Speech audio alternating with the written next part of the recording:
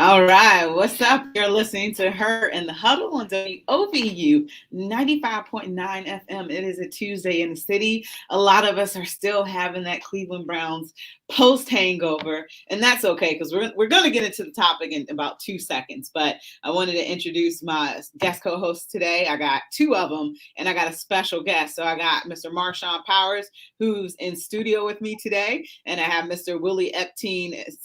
Mr. Willie Epteen Jr. I got to make sure I get that junior right. How you doing, fellas? Good, good, good. What's happening, world?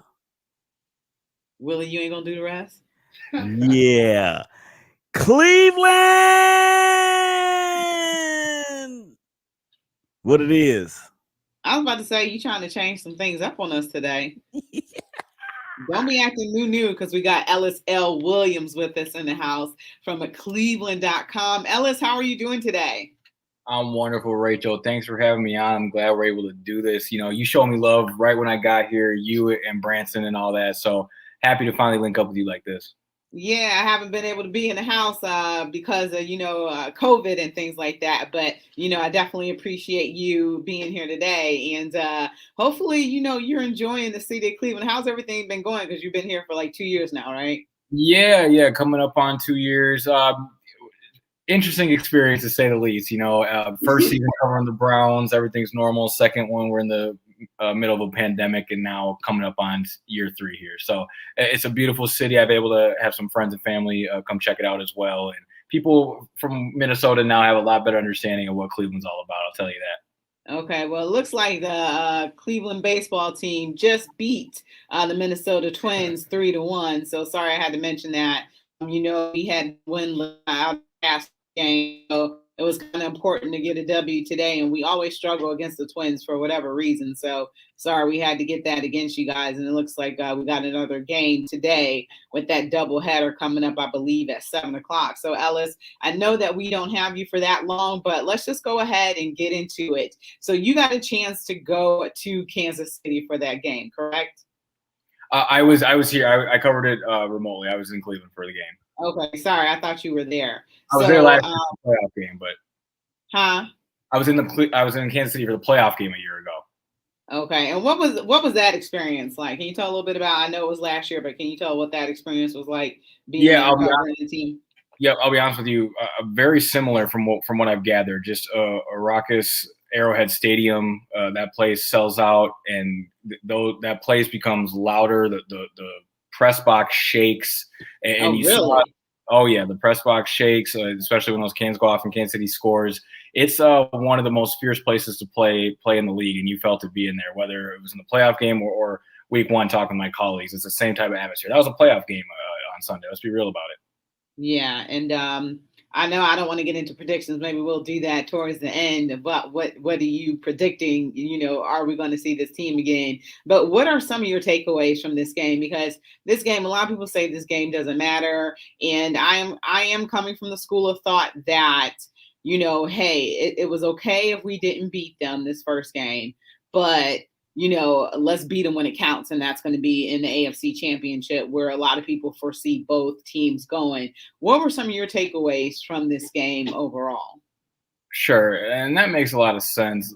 With how the Browns season is shaping up and the expectations that we all have in players and coaching staff among us, this game did matter, quite frankly. It's probably going to come down to the Browns, the Chiefs, the Bills, the Ravens, when you're talking about teams competing for that top seed.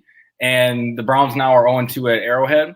But coming out of the game, you realize that the Browns are probably the second best team in the AFC. You saw the Bills lose to the Steelers. You saw the Ravens lose on Monday Night Football. And then you see a Browns team that for 3.5 quarters averaged 8 yards per play.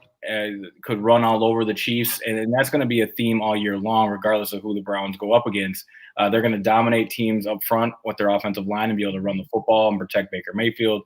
And then defensively, Myles Garrett, Jadeveon Clowney, Malik McDowell, Jordan Elliott, Malik Jackson, Joe Jackson, Tack McKinley. They've got a whole plethora of pass rushers and run stoppers to dominate up front. So I was tweeting it during the game. Football is simple when you win the battle up front and at the line of scrimmage, and the Browns are going to do that all year.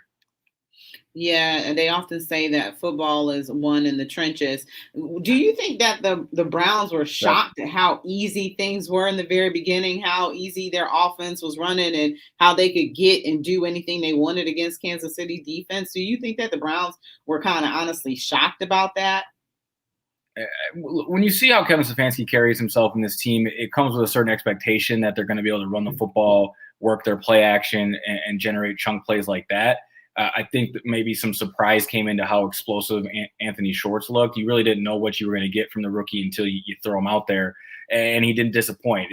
The Browns desperately needed speed a year ago in the playoff game against Kansas City, and they have it now in Anthony Schwartz. You see a guy like David Njoku able to beat man coverage, and the Chiefs came out and played a similar game plan they did a year ago, which is why you saw the speed of Anthony Schwartz win. You saw David Njoku lead the team in receiving. And I think, honestly, where the shock came in was when Patrick Mahomes took one play and one throw and went 75 yards and found Tyreek Hill behind John Johnson and really flipped the game. I think that would be the only real shocking moment of the game, because that's something you can't practice for. It's something you can't prepare for, and it completely flipped momentum. Yeah, one of the things is it looks like David Njoku picked up where he left off in Kansas City, because he had a heck of a game, and I think he was rated number 5 of Pro Football Focus, or I think number 3 of tight ends and how they performed over this past weekend. Yeah, and I would expect that to continue. David Njoku's in a contract year. Look at his past 2 seasons. In 2019 with Freddie Kitchens, he breaks his forearm, his elbow in New York in week 2, I believe.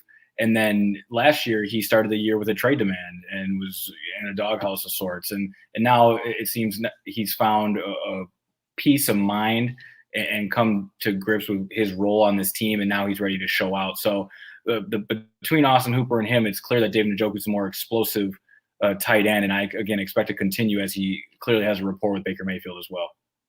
Ellis, go ahead. Yeah, Ellis, I got a question about Baker Mayfield.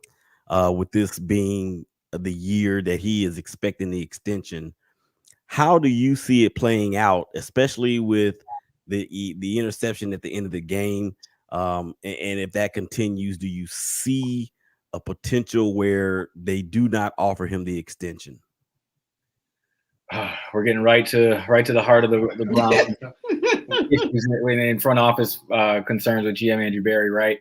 I'll put it this way. I'm from Minnesota, and anyone who follows the Vikings has seen what Kirk Cousins has done to that team over the past 3 or 4 years. You pay a quarterback that type of money, you expect him to be a complete eraser and problem solver. The Browns got the ball. There wasn't a point scored in this game in the final 7.5 minutes. The Chiefs gave the Browns 2 more opportunities to go down and score and win the game, and the offense was not able to do that.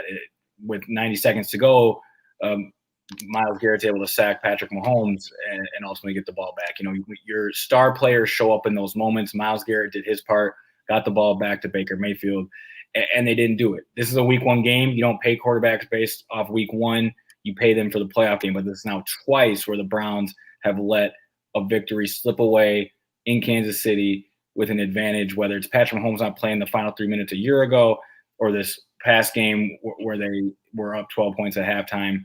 In terms of the contract, look, in this league, the quarterbacks tend to get their money. It's going to take a while. There's clearly some hesitance inside that building somewhere, or they would have just paid him this offseason. You know, Josh Allen got his money. Lamar Jackson doesn't seem that far away from getting his. But as of today, I would be quite surprised if Baker Mayfield isn't at least a $35 million per year quarterback. And with the way the contracts are creeping, that's probably going to hit 40, because Baker's set up well to put up numbers that his agents are going to be able to bring to the table and see, like, look what we produced. But when you peel it back, this is the best roster he'll ever play with. Best offensive line in football, a plethora of weapons, and an embarrassment of goods. Jarvis Landry, Kareem Hunt, Nick Chubb, Donovan Peoples-Jones emerging, 2 tight ends, and Odell Beckham Jr. is not even back. So I think he does get his money. Does it pay off in the long run? That's really what we're going to find out this year. So do you think that Baker can be the reason why the Browns actually reach that point, or will they get there in spite of him, or will they get there because of him? Oh, they're going to get there because of him. I mean, they were in this game because of him. He threw for 321 yards, threw some incredibly accurate footballs. The one to David Njoku, I believe the third quarter comes to mind, that early one to Anthony Schwartz. He had some real on-the-money throws, but this game comes down to one or two moments. And on a 3rd and 7, he threw it inside to Anthony on a ball the rookie got his hands on, and after the game said he should have caught. Baker Mayfield after the game saying he should have put it outside. And then, of course, the interception at the end, you can't have it. Kevin Stefanski was clear that your quarterback needs to find a way to throw an incompletion there by any means. Was Baker trying to throw it away and he just got tripped up and lost all his throwing power? Or was he trying to give Harrison Bryant an opportunity to jump ball and made a costly mistake? We'll never know, because the smart thing is to just say, hey, I was trying to throw it away and got tripped up. You're protected there. But he's got to come up clutch in those moments to get the Browns to the Super Bowl. But they're going to get to those moments because of Baker Mayfield, because that's really what happened on Sunday in complement to the run game. Ellis, what's going on, man? This is Marshawn, man. Finally got a chance to speak to you. You spoke about how the Browns have this plethora of talent. You got Nick Chubb, Kareem Hunt, and Njoku, this one and that one. One of my concerns with Kevin Stefanski, and maybe you've seen it too, is how he distributes the runs between Nick Chubb and Kareem Hunt. And I want to say it was around the second or third quarter. It was in the third quarter, around the 6-minute mark, when he ran Nick Chubb 3 straight times. Nick Chubb had the 17-yard run. Then he got the 4-yard run. Do you think Stefanski has an issue with figuring out when to use Kareem Hunt and when to use Nick Chubb, or it's just kind of like a fill-out game? Because last year he did it again where Nick Chubb got like 13 carries. Kareem Hunt only got 6 carries, when Kareem Hunt isn't that far off from Nick Chubb. So do you think like he's struggling with figuring out how to like distribute the amount of runs or not? Yeah, it's an interesting question. I'll say he made improvements from a year ago. Kareem Hunt didn't have a touch in the first half last year in Kansas City. And this year you see him score the 2. That's fact. You can look it up. Yeah. Kareem Hunt scores a 2-point conversion right away this year. And it's important to keep in mind Kareem Hunt's history with that team. Of course, the team that drafted him, and we know how that ended. But Kevin then played to the emotional side, and that's how you keep a locker room together and intact, giving players like that chances to leave their mark early. So, look, in terms of game flow and how things turn out, it becomes difficult to predict touches outside of an opening script, or especially outside of the first half. And I've been vocal with saying that everyone needs to be patient with how Kevin distributes the football on this team throughout the first probably 6 weeks. There's a lot of moving parts in this. Odell Beckham Jr. is not even back integrated in this offense. And for all that talk about the Browns being better without Odell, I'm confident that he would have found his place and his stride in this offense had he been around after the bye week. So whether it's learning how to use Kareem Hunt with Odell Beckham Jr., now sprinkling Anthony Schwartz, Donovan Peoples-Jones was only targeted once and had 1 catch. There's a lot of parts in this offense that Kevin needs to figure out. So I think you can expand it from just Kareem Hunt, but I expect their snaps to remain about 50-50 throughout the year. Where the ball goes, that's how Kevin's going to figure it out. But when you saw Nick Chubb sign that extension, I think there was a clear agreement between Nick Chubb, his agents, and the Browns front office that we have Kareem Hunt here to protect you, get you through this contract, and potentially into a second one. So Kareem Hunt's going to be on the field. It's just now maximizing his availability and his touches, which, as I'm saying, is going to take time. And we can revisit this question, around the bye week. And if it still seems off, then I think you're onto something. But give Kevin time, because he's got a situation unlike any across the league right now. There's not a team with 2 running backs like this, and there hasn't been for a long time.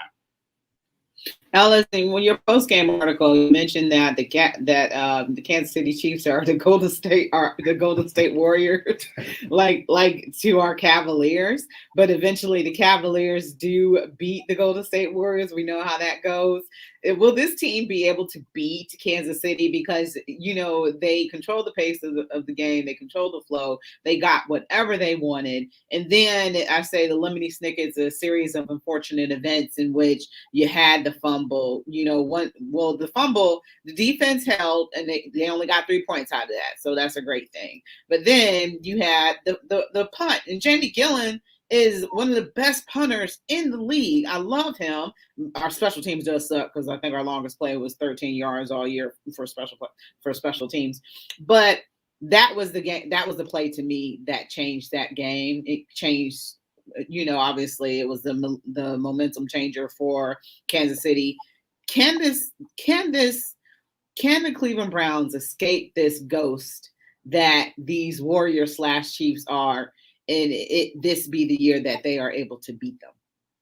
Yeah, that Jamie Gillen botched snap felt a lot like the J.R. Smith, what are you doing in game one of the Golden State 2018. series. Don't remind us of that, Ellis. And still rough, man. Still hurts. I know, much higher stakes, but really it's one of those inexplicable moments, something where if that doesn't happen, the Browns are in full control of this game and remain so. As for getting over the hump, of course, who could ever forget the 3-1 comeback? And an important detail of that is the way LeBron and Kyrie took over. And I think the Browns are missing just a little bit of star power to get them over the hump. And I continue to think – which side of the ball? Offensively, I think it's Odell Beckham Jr. You saw Myles Garrett step up and get that sack and get the ball back to the Browns, and then you saw an offense that stalled out and didn't have the go-to guy when they needed it most. You got Kyrie Irving, LeBron James averaging 42 points per game when they're down 3-1 to beat the Warriors.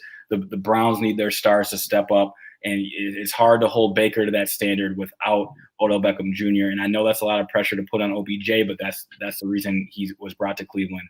And he didn't get an opportunity to play in week one, so when they meet down the line, I'm telling you, it will come down to those moments. Miles will be ready. The offensive line will be blocking. Baker will be accurate. It's going to be Odell Beckham Jr. making a play downfield. I truly think that's how this team gets over the hump and beats the Kansas City Chiefs, Golden State Warriors, whatever we're calling them. Is he day to day or where is he at? Because, I mean, most indications that we thought that he was going to be able to go.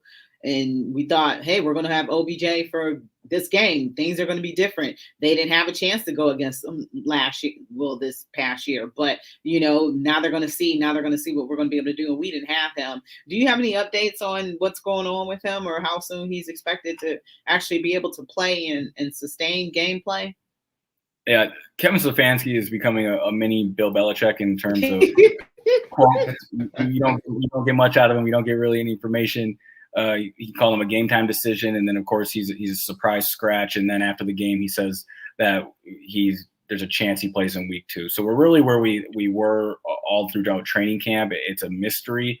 I'll say that this team doesn't expect or need anything from Odell Beckham Jr. until in the middle of the season. This team is looking at week 10 and on, week 12 through week 21, if you will. Of course, with the longer season this year being 17 games, it's a war of attrition.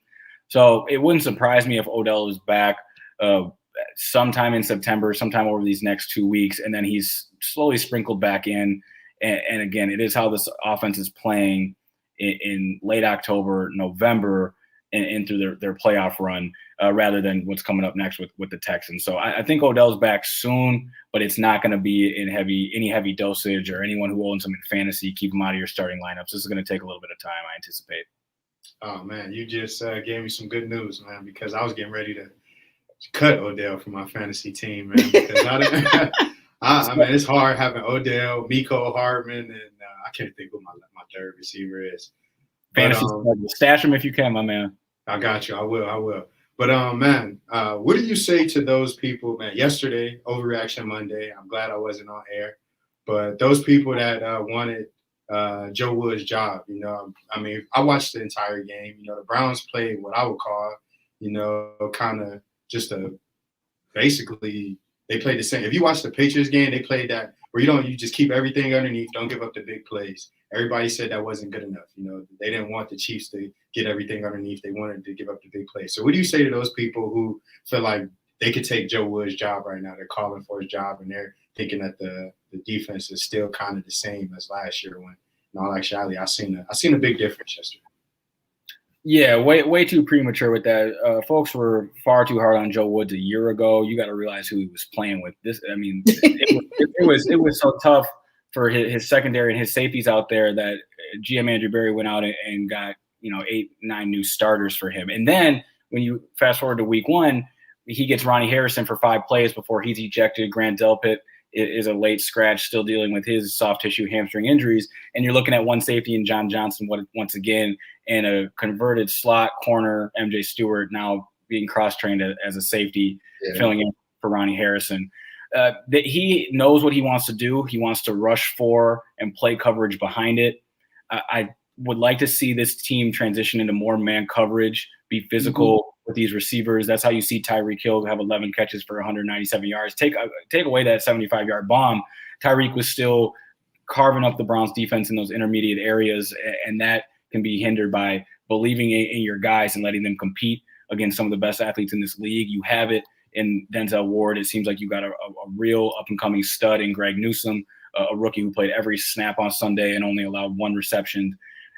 But the reason to be specific in your question, the reason it appears that they're in a similar style or formula from a year ago is because you did see a lot of zone, which was what the Browns were mostly in a year ago. And I think once Joe Woods gets a full game of Ronnie Harrison, gets Grant Delpit back into this lineup, you're going to see him be able to unlock what he truly wants to do, which is play 3 safeties.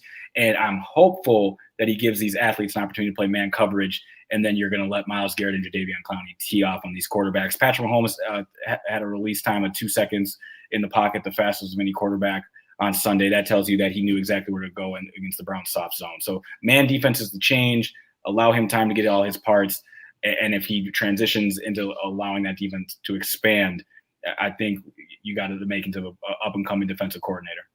Do you think Mack Wilson will start next week after having – I wouldn't say he had a terrible week, but basically after all the things that I heard off of training camp, how Anthony Walker basically mentored him and to go out and kind of have a rough game. Do you expect him to kind of start? Is it JOK's time to be pushed in, or do we need to, back off of Mack Wilson as well?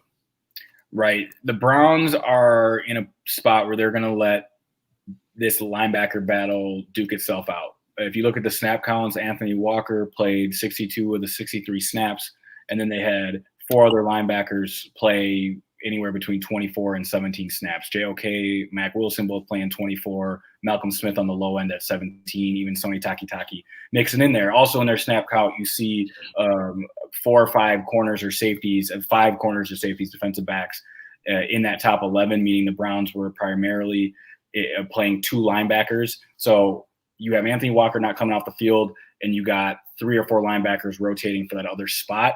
Mack Wilson's going to have another opportunity to grab that position. I'll tell you one guy it won't be. It won't be Malcolm Smith, who the Chiefs just bullied and picked on every time he was on the field. He allowed 2 touchdowns to Travis Kelce and only playing 17 snaps.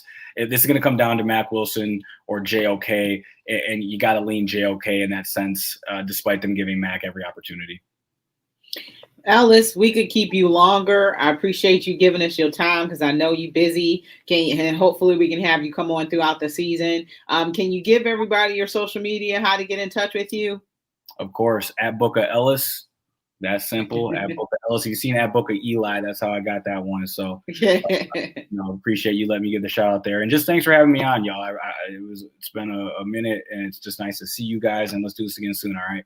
You too. Thank you so much. So we got to go ahead and go to break. So thank you so much to Ellis L. Williams of clevland.com. You check him out and read his articles and his coverage regarding the Cleveland Browns and all your other sports teams here in the city of Cleveland. You are listening to Her in the Huddle on WOVU 95.9 FM. We're going to be right back. Thanks, y'all. All right, Willie. You want to come on?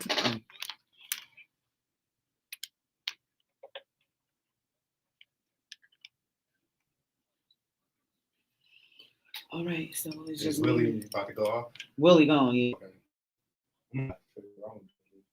I got an hour because it started at 8:00 this time, right? Yeah. I could run. See if he want to come on tomorrow. What's next? Some more Browns? Yeah. Okay. You can give your reaction. Cool. Oh, shoot. I had to go to break. But, I said 15, 20 minutes. So I'm like, I got to hold to that so we can get them to come back. Oh, 15 and 20? Yeah. Usually that's how long they do. Yeah. I don't know if you ever listened to the No, I do. I was just, before I got here, I was listening to, what's Emmett's show called again? Uncut Uncensored? No, Emmett Golden. Oh, I was just listening to his show. I forgot.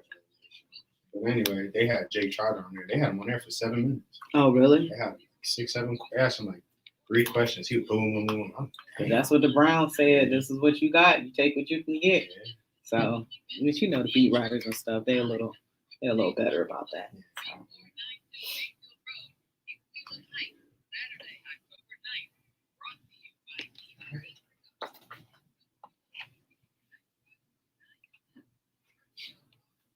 It's almost 6:30 right now. Huh? It's almost 6:30 right now. Dang, I didn't even realize. Huh? I said, we was talking for a minute. I didn't even realize. What'd you say? We was talking for a minute. I didn't even realize. It went fast, didn't it?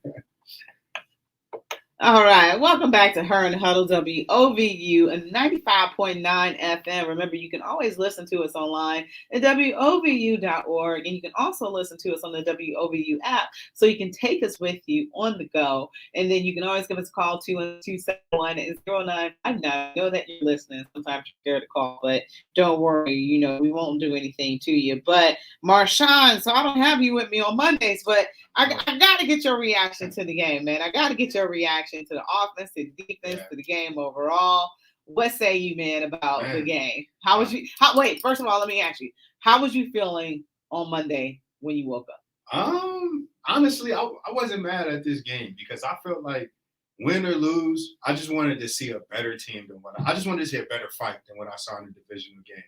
So I definitely don't feel like the Browns like laid an egg or anything, or I woke up the next morning mad at anybody. I was disappointed. Of course I was disappointed at the team because I felt like, we should have put up a better fight. We should have closed out a little bit stronger than what we did, but I wasn't mad. I wasn't mad at all. And that was a general consensus of a lot of people. I'm not happy, but I'm not mad. Yeah, and the reason why, I think you got exactly what you wanted, as far as you got a better offensive showing, because the offense was just unbelievable. Baker Mayfield, and I've been very hard on Baker. Baker was amazing. Baker was amazing. Baker was slinging it around. Everything was looking great. Awesome passes. Even the ones that missed were so close. So I was loving to see what he was doing. I was loving to see what Nick Chubb was doing. But then on one of those touchdowns, because Nick Chubb had 3 running touchdowns, because Kareem Hunt but Kareem Hunt, how many did Kareem have? Because I remember how Nick was taken out, and I think that was done on purpose and by design to give Nick a little bit of a rest, and he knew Kareem could get it. So I think I was like, okay, I think that's what he talked about. Because they did it last year. He did it in a divisional game last year. There was times where, I'm not saying that Nick Chubb is not a pass catcher from the running back position. He's not. But I'm saying, he admitted it. He admitted that. First play of the game, I was surprised. Baker went to Nick Chubb. He caught it like he knew something. Look, he better have worked on that. He better have. Yeah.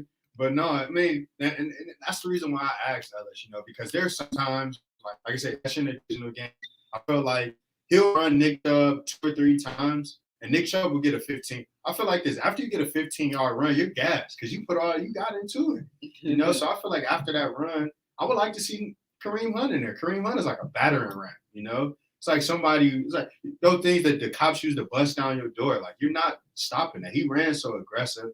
And it's against your old team. You want to show them up. Granted, the off-field stuff that happened, but Kareem Hunt probably feels like, hey, you got rid of a good running back. Yeah.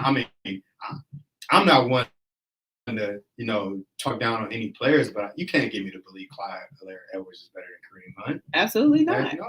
So that's kind of how I feel. I feel like the Browns They wasn't rushing getting anything on the ground at all. It was all through the air. At all. He had 14 carries for 43 yards. Oh my God. 14 carries for 43 yards. Come on now. I might be able to average at least. Come on now. I might be able to get him on that average. Yeah. I don't know. I'm just saying. Yeah, but I just feel like, the Browns rushing attack is number one, best in the NFL. But it could be head and shoulders above anybody. If you gave Nick Chubb, Kareem Hunt 10 carries, 15 carries, you gave Nick Chubb 15 to 20. I remember it was a stat last year that the Browns were like undefeated. They may have lost one game when Nick Chubb had over 20 carries. Oh, really? So if you give Nick Chubb 20, you give Kareem Hunt about 10 to 15. That, and Baker still gets his 30 throws a game. I mean, who's stopping that offense? But this is a crazy offense to stop. Let me ask you this: have you ever seen Kareem Hunt fumble the ball? I don't know, not that I know. And I'm not getting on Nick Chubb. I'm not getting on Nick Chubb because I don't think Nick Chubb. I think this was his first fumble since when he fumbled 3 times against the Patriots. Yeah. That was 3 times, right? I believe it was either 2 or 3 times. Okay, I believe it was 3 because it was unbelievable. Because we still, and even with those fumbles, we still had a chance to beat the Patriots. And that was with Tom Brady. So he hasn't fumbled since then. And, it's going to happen. We have to prepare ourselves.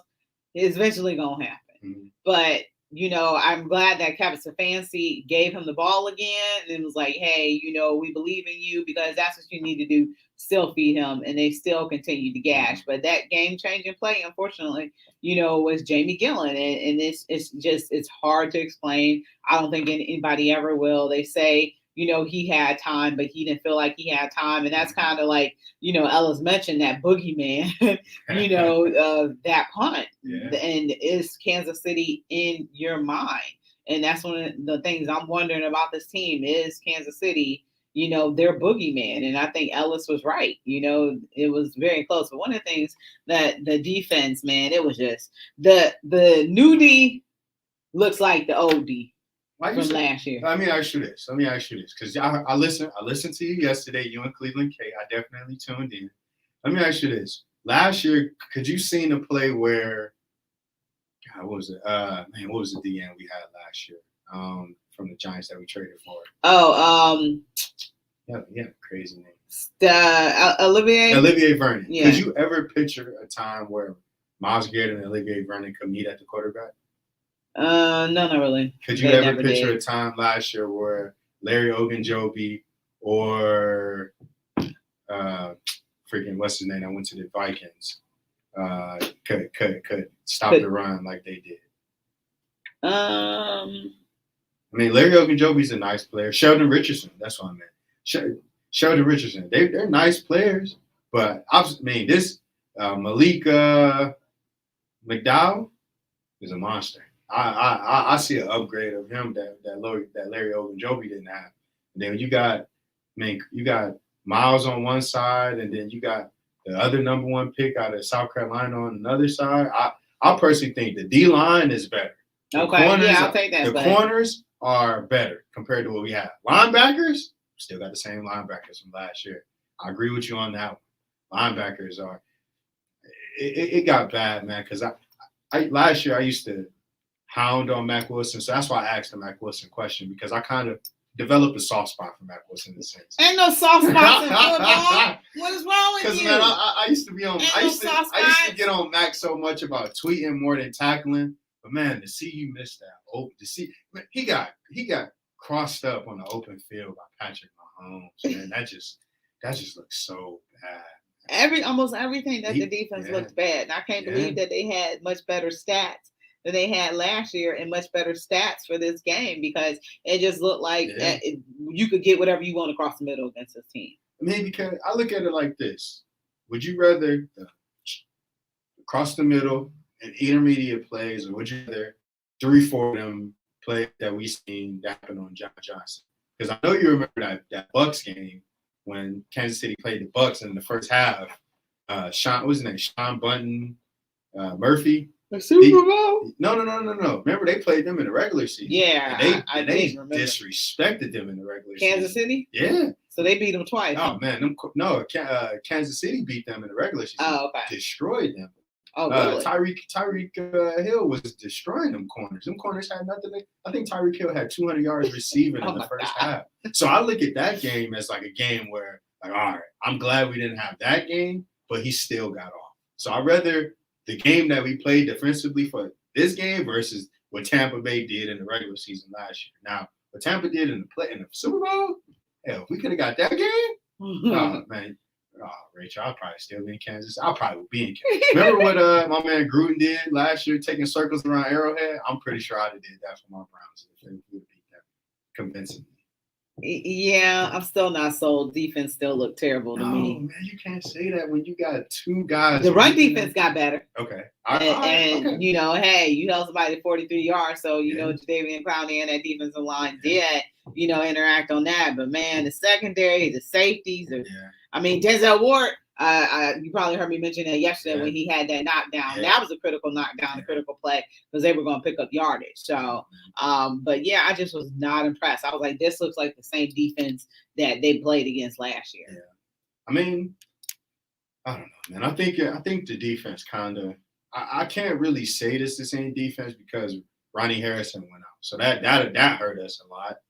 That really hurt us a lot, and then the linebacker. So I feel like if Ronnie Harrison didn't go out, probably be a whole different ball game, because you don't get that big play. You don't get that. I don't think you get that big play on John Johnson with Ronnie Harrison out there, because Ronnie Harrison is a good tackler and a good ball hawk too. So yeah, man. I don't know. I'm gonna give them. I'll tell you this. You want to know my opinion? Their next big test where you could be critical of them. Hold that. Okay. We're going to take a break right quick. So the next big test where we can be critical of that. So you're listening to Her in the Huddle on WOVU and 95.9 FM. We'll be right back. Trying to remember that because I remember. I'm looking. I got it highlighted right now. We got 1, 2.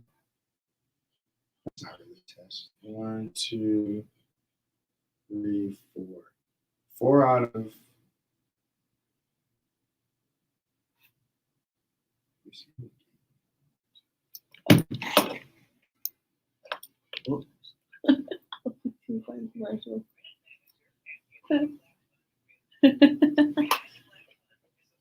George, sorry, George.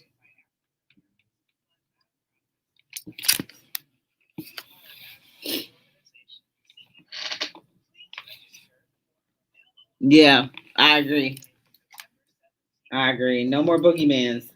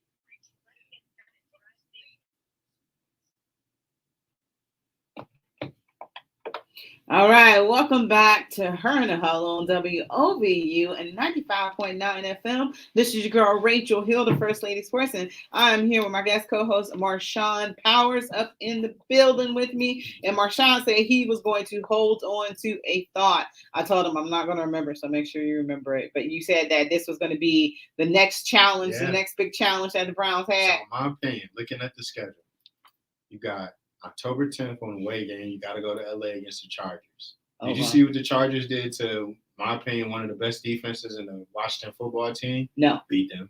Okay. After that, you got a home game against Arizona. I know you've seen what little Kyler did to Yeah, Tennessee. that's my even though their defense isn't better than ours. That's another test. Then you skip a week. We got Thursday night against the Broncos. I don't feel like that's a test. But then the last test after that, which everybody's talking about, like Ellis said, I wanted to jump in, but I let Ellis talk. But he said top 4 teams in the AFC are going to be Kansas City, Buffalo, us, and Baltimore.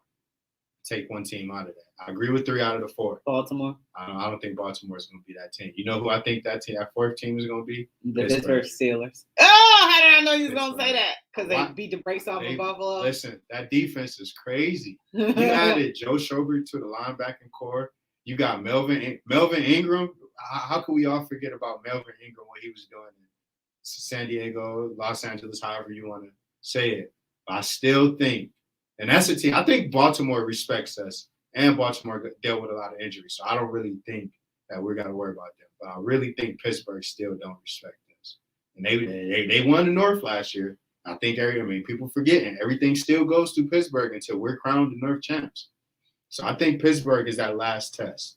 Guess what? The Cleveland Browns are going to be the Phoenix Suns that was with Steve Nash. There's no defense. Just get the ball back. All offense. We just want the ball back. Okay. Because, against these lower tier NFL teams, you can get away with doing the zone and, play some man-to-man. But against these better, offensive teams, there's no way you're going to be able to run the zone against them. And you see how it burnt you. The 75-yard pass play, man, come on, man. I don't think we'll be able to run the zone against Cincinnati. I watched a little bit of that game. I didn't really watch the whole game because I was watching the Pittsburgh game. Yeah, but Cincinnati got some receivers out there. Jamar Chase. Yeah. Tyler Boyd. Yeah, and you got who was it? Which one is the one from LSU that played with Joe Burrow? Jamar Chase. Yeah. So first game got hit the century mark. So we gotta be on our game. And the crazy part about it, I don't think the Chiefs in my opinion, was the complete offense we faced. I was reading an article just during the break. 81% of the passes that Pat Mahomes threw went to Kelsey and Hill. Everybody else had 10 catches for 64 yards. So if other teams can read off of that, and figure that out, we can beat them. So I think we that's behind us. I'm done with that now. I'm ready for Houston. I'm ready. Well, let me before you want to move on to Houston though, but let me ask you this: is doubling Kelsey and Tyreek Hill? Could that possibly be better if you double them? It depends on it depends on the type of defense that we play. If we playing 4-2-5? So if we're playing the 4-2-5 with everybody out there, I think you could. I think you could double Tyreek Hill. I don't think you could double Travis Kelsey. Travis Kelsey is a dude. He a dude, man. He a dude. Him and Kittle. Them dudes. You can put 2-3 people on them. They going through them, catching over them. So I don't know if you could double Kelsey. Kelsey is a different type of animal. If you send some safety help over the top or something, you have to find a way to slow him down. I take that back because there was a point in time where you couldn't even double Gronk. And what happened? The Jacksonville Jaguars, when they had all of that strong defense, they figured that out. Double him up, hit him low. Yeah, because you got to take one away, though. You have to take one away. Who would you take away, though? Who's the easier one to take away? The easier one to take away is probably Tyreek Hill. Because like you said, it's going to be really hard to stop. It'd be really hard to stop Travis Kelsey because he's just a man. Yeah. But Tyreek Hill, you send somebody that's speedy. Because he ain't going in the middle, especially not if you got it covered. You hit him a good time. You'd be done. You send somebody speedy, put some help over the top. You gotta let one of them beat you. You only give them one weapon. They did nothing on the ground, so you only give them one weapon. I'm not too much worried about their ground game anyway. So I don't know. We just gotta. I look at it also as how they say in order to win, you got to win on all 3 levels: offense, defense, and special teams. We lost on all 3 levels. We didn't. Kansas City didn't beat us. We beat ourselves. I'm pretty sure we did. I'm pretty sure we said that when we went on 16, 1-15. We've done it plenty of times. But this is one of those games where I feel like we actually beat ourselves. You had We a had strong it in first the half. bag. You had a strong first half. We were up with 22-10 at halftime. Yeah. And then you come out. Concentration issues. Chiefs take up majority of the third quarter, which, okay, you know, that should rest up your offense. You know. Did Nick Chubb have the ball stripped? No, it hit him.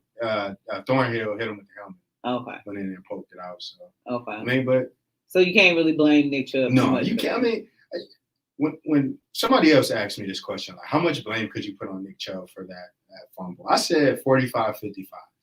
55% of coaching where you know, all right, he just got a 17-yard run. We gave him the ball 3 straight times, and he fumbled. You got to know when to throw your guy in. You know, like I feel like there's been times again you got to put Kareem Hunt in there and let Kareem Hunt do his work. Kareem Hunt is just as good. The Browns could potentially have 2 running backs in the Pro Bowlers. Yeah, 1,000 We're so yard worried backs. about having the best wide receiver court when we have the best running back. Yeah, you got 2,000 yard backs. Easily. So I don't know, man. I think if we get that if we get, like I say, we figure out how to distribute the runs well, even though Dearness Johnson back there, you know, keep it fresh. We got 16 more games. You know, we don't need to, you know, try to impose our will every week. You know, there's some weeks where, you know, give some backups that you probably didn't think would, you know, play. Give them some burn and let them get in there. Because again, I feel like we have a complete team from 1 to 53. Do you think what was I about to ask you?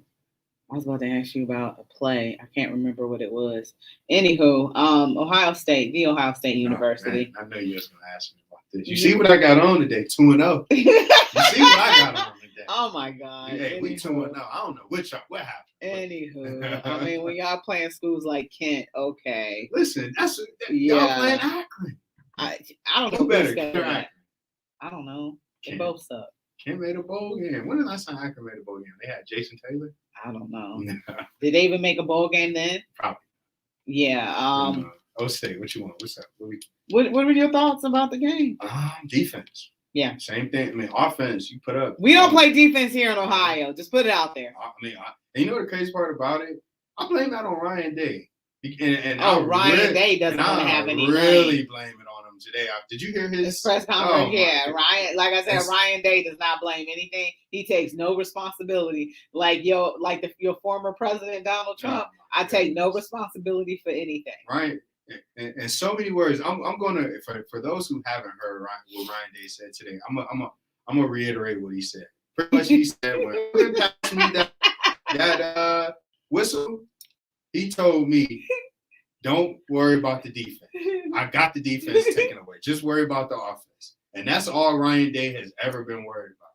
That's all he recruited was offense. That's all he gonna coach his offense. And that's what's gonna get him a job in the NFL is coaching offense. I feel like he kind of threw my guy under the bus. He kind of threw everybody under the bus, the whole Combs, team. Yeah, Coach Combs under the bus because now I was listening to the post-game show and one of the old players, Michael Bennett, was on there. He said the thing that a lot of people can't understand about Coach Combs is he's still got that NFL mentality. Where in the NFL, we got a scheme. Either that scheme gonna fit you or you gonna be gone. Here in college, if you got that scheme, you got to work that scheme towards your players. And I don't think that's what he's done, you know, because to run the same play 3 times, you don't have nobody on the outside, everybody's on the inside, and you get killed on the outside by the same run 3 times. That's crazy. You know, when I was watching that, I was like, man, that couldn't be Urban on the sideline. Urban might have another brain aneurysm. He sees something like that. So, I mean, I feel like this. If they figure the defense out, it's another 2014, you know, where you got to run the board. Ohio State can't afford to lose another game, and we're going to be playing in the Navy skinny jeans. Man, I was about to go something else. The Marathon East 55th Bowl. Yeah. We ain't going to be playing. Because everybody got a bowl game nowadays. Yeah. We be playing in the Huddle Bowl. Just put it out there. Hey, man, if y'all want another bowl, call it the Rachel Hill Her in the Huddle Bowl. Make some money off of it. But no, honestly, I got $5 to put in. I honestly think they'll be okay. You know, they got Tulsa this weekend. They're going. I feel bad for Tulsa because I feel bad for Akron. Who schedules that team? But they get like $2 million a year now. They need them. I think it's just because I think it's more so the MAC and the Big Ten got a little contract where then they need to stop that because they'll play Northern Illinois next year. They'll play Bowling Green the year after. So it's no different than Alabama playing Mercer. Oh no, but they need to stop that though. I think that'll be fine. You did say yesterday you feel like they out of it. I don't think they out of it. I do. You got teams like, listen, you still got Iowa. That's good. They beat it. I don't know if they play Iowa. They'll have to beat Iowa. They'll have to meet Iowa in a Big Ten tournament. You still got Penn State. I don't know if they play Wisconsin. Can they beat Penn State though? That's the thing. They could beat Penn State. Can they beat these teams? Yes. And that's the thing I'm not sure about. Yes. After watching that and having no defense, I think and you on the road, because I think they play at Penn State this year, and Penn State always do that whiteout. Goodness gracious. Exactly. And that's probably a prime time game, and Penn State give us fits at times. I think they're at Happy Valley, which has always kind of been a rough place for us to play. You checking now? Yeah, I'm looking now. Let me see. I'm trying to see those bright spots. Maybe they might be able to, pull one here. All right, so they got Tulsa. That's a dub. They got Akron after that. That's a dub. They got Rutgers after that. That's a dub. Then, oh my goodness, my Terps coming to College Park. I ain't even gonna lie, man. I gotta be real. Are you going to that game? Yeah, I'm gonna go. It's down in Columbus. I'm not gonna go up to College Park if it was there because I can't see Ohio State beat up on my school in College Park like this. Because at first I was like, all right, Maryland gonna beat them. Nah. Ohio State is peed off right now. So only the toughest games they got left. That game that we gonna beat up, that's Chris Styles' team. I ain't gonna say that name, but we got them left. That place up north. Yeah, that place up north. They number 25. We play them a couple days after Thanksgiving. The annual beat on Michigan Bowl. That's gonna be a tough game. I think Michigan State gonna be a tough game. Where are we playing at? Here in Columbus. Okay. No, they don't go to Happy Valley. They don't. They play Penn State here. So prime time. Yeah, you got to go to. Doesn't say yet. So only tough ones you got left. You got to go to Indiana. That's always a tough one. Purdue, like you said, is always a tough one. And the two Michigan schools is always a tough one. So they still got about five games to show the committee why they deserve to be in. I think they're going to be in. I think they'd be hard against Indiana. Michael Penix threw like five. Like, didn't he throw like a heck of amount of interceptions? Yeah. I don't see a team in the Big Ten right now that's more talented offensively than Ohio State. Defense, you're going to have to figure it out. Ryan Day told us today something's going to be figured out. So that means maybe he's going to be more involved, hopefully. If not, you're going to get Washington or, give Kerry Coombs another pep talk. But I need his defense to be better this week. I need the defense to be better against Rutgers because you don't even need to put your best defense out there against Akron. No disrespect to Akron. But we'll see that real test of defense against Rutgers because Greg Schiano knows the Buckeyes like the back of his hand. So I think that's when you're going to see your first real test of his defense. All right, we're going to take another break right quick. Our final break. You're listening to Her in the Home, WOVU 95.9 FM. We'll be right back. Yeah, man, I had to get this third break in. What you want to close out on? Whatever. My boy Josh Gordon get reinstated. Oh, we can talk about that. Okay, we can talk about that. Browns, what's going to happen with the Texans, and close it out. You gonna be here tomorrow too, right? Yeah, I'll be here. I'm off tomorrow. All right. You doing a show tonight? Yeah, I can't do it tonight. I got something going on as soon as we out of here. Yeah, I'm swinging home. Where do you live at? Right off Eddie Road by Bracknell. Oh, okay. Not my side of town at all. So. What, Bracknell? Yeah, my mom moved over there. And I used to live in Sagamore Hills. My lease ended, and I wasn't about to re-up for another year. Yeah. And they was like, "Oh, will you do 6 months? We're gonna have to add on like another $300." I was like, "Nah, I'm not ready for 6 months." So I told Highway my mom, robbery. like, "Yo, just let me get that extra room for 4 months, and then I'm out of your head." Where you looking to move to? Back to the DMV. Oh, that's right. Oh, I forgot. Mm-hmm. Forgot you trying to leave me. I gotta finish school. I can't do this online stuff. This is not for me. It's not for me. So just because I'm leaving, don't mean nothing. I'm still 5 hours away. I actually could come in. I try to do probably like once or twice a month. Come in the studio, and then the rest will be streamed live. You come home that much? Yeah, I used to come home a lot. Shit. Yeah. I If I ain't had nothing to do, I was about to go to Cleveland and see what's going on there.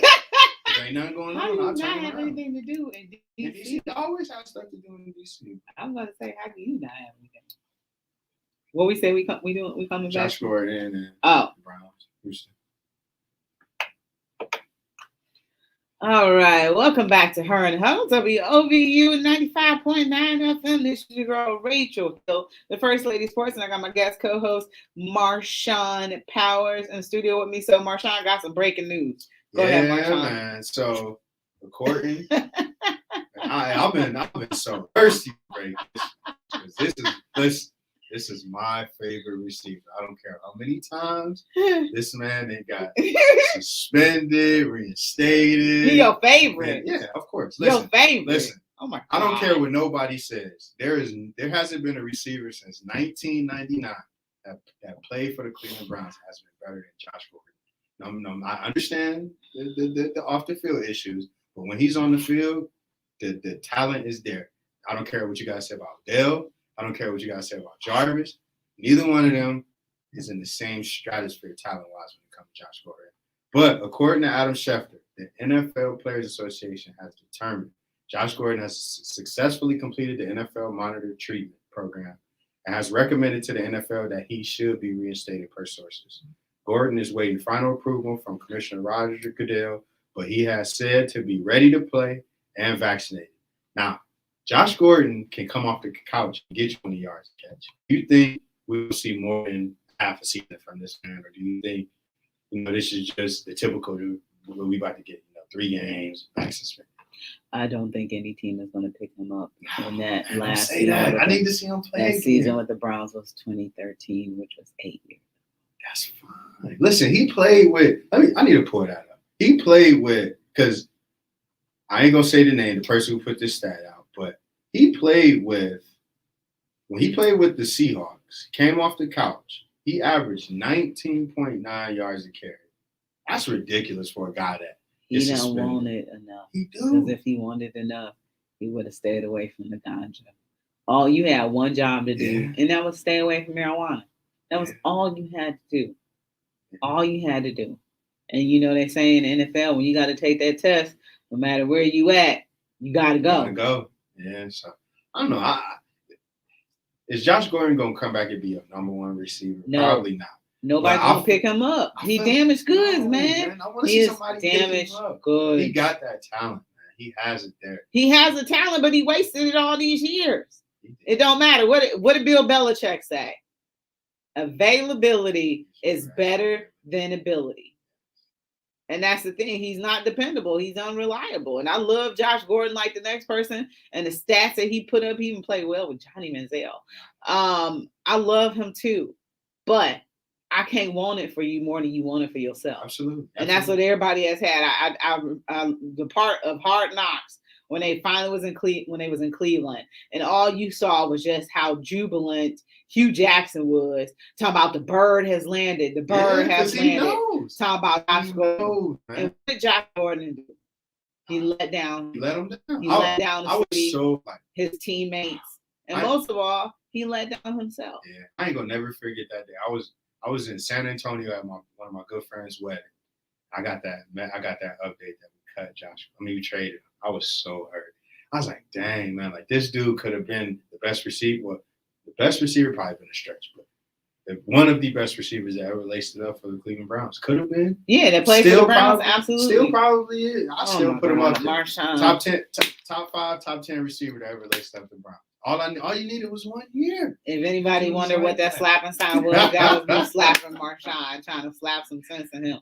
Next, I'm about to try to shake him to shake some sense into him. But no, man, before we get out of here, we're going to talk more about it tomorrow, but give me your early predictions Browns. They favored by 12.5. Oh, but how close was I though? What did I say? 34-30. 34-30. How close was I? said But it was 34-27. flip flop. Yeah. But 34-30, I was almost there. Yeah, you were. I was a point away were. with each. You were. I'm really proud of myself. So what you I'm got? so close. What's your early for this week? Early prediction because we Yeah. got to get out of here, 12 and a man. half. 12.5 points. We're gonna go 41-24. I am going to go tomorrow. You don't have to wait. Get it to me tomorrow. How you gonna set me up like that? Oh man, don't copy on my score. God, you better copy my score. And we want to thank you for listening to her and the huddle. You've been listening to us on WOVU 95.9 FM, and we are out of here.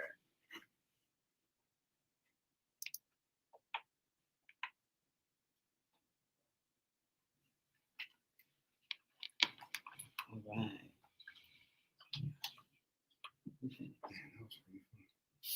That's all.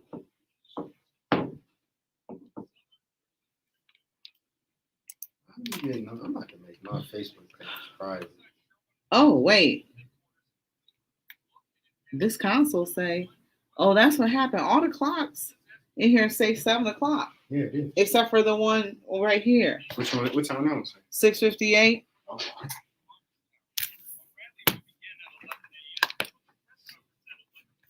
Oh shoot! I want to say 6.